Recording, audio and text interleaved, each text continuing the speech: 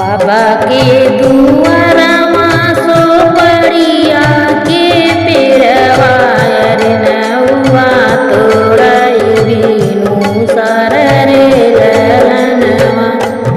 हरे नौआ तोड़ाई बीनू सर रे ललनवा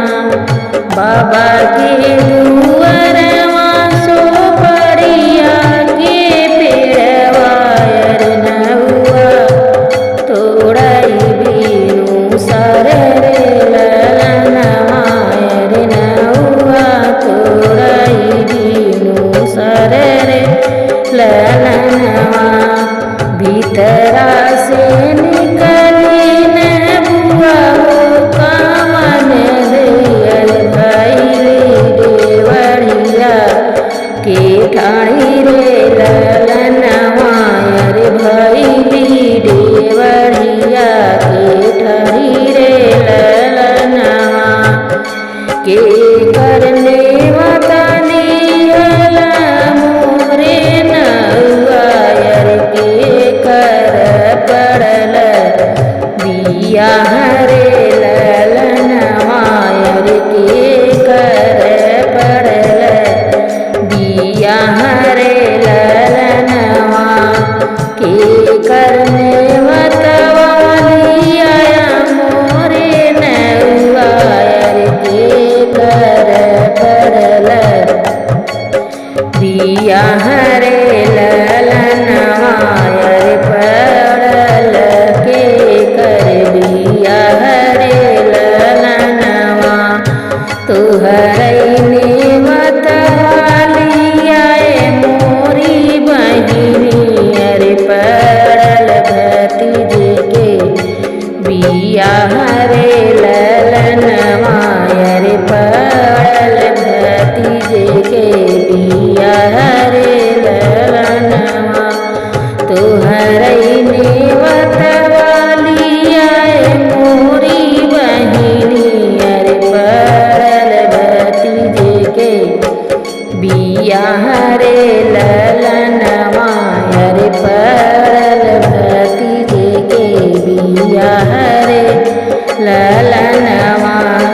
नैहरे में बाटे भतीजे के बिया हवायर ससुरे में देवर के बिया हरे ललनवा रे ससुरे में देवर के बिया हरे ललनवा नैहरे में बाटे भतीजे के बिया हवायर ससुरे में देवर के बिया हरे ललनवा रे ससुरे में देवर के बिया हरे ललनवा कैसे के चलब नौआ भैया के नेवतवा अरे तो लवटी घरे जाऊ रे ललनवा अरे तो लवटी घरे जाऊ रे ललनवा सासू मोरी पहिराई चटक चुनरिया रे ननदी जगले के हारी रे ललनवा रे ननदी जगले के हर रे ललनवा सासू मोरी पहिराई चटक चुनरिया रे ननदी जगले के हार रे ललनवा रे ननदी जगले के हार रे ललनवा हम बहुरहिया देवरिया के ठाही रे नैहरे से केहू नाही आई रे ललनवा रे नैहरे से केहू नाही आई रे ललनवा हम बहुरहिया देवरिया के ठाही रे नैहरे से के केहू नाही आई रे ललनवा अरे नैहरे से केहू नाही आई रे ललनवा दुआरे से उठले न पियवा कवन रमरे आपन धन सम झावई रे ललनवा रे अपन धन सम झावई रे ललनवा नैहर के न्योता तू ही दिहुल उठाई अब के सजोई बात रे ललनवा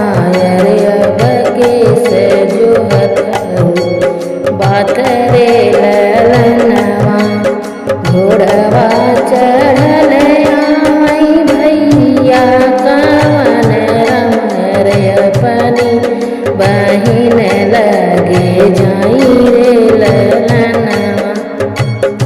अरे अपने बहिन लगे जाई रे ललनवा बैठौ न मोरे भैया रतुल पलनिया अर पियौ गंगा जल पानी रे ललनवा अरे पियौ न गंगा जल पानी रे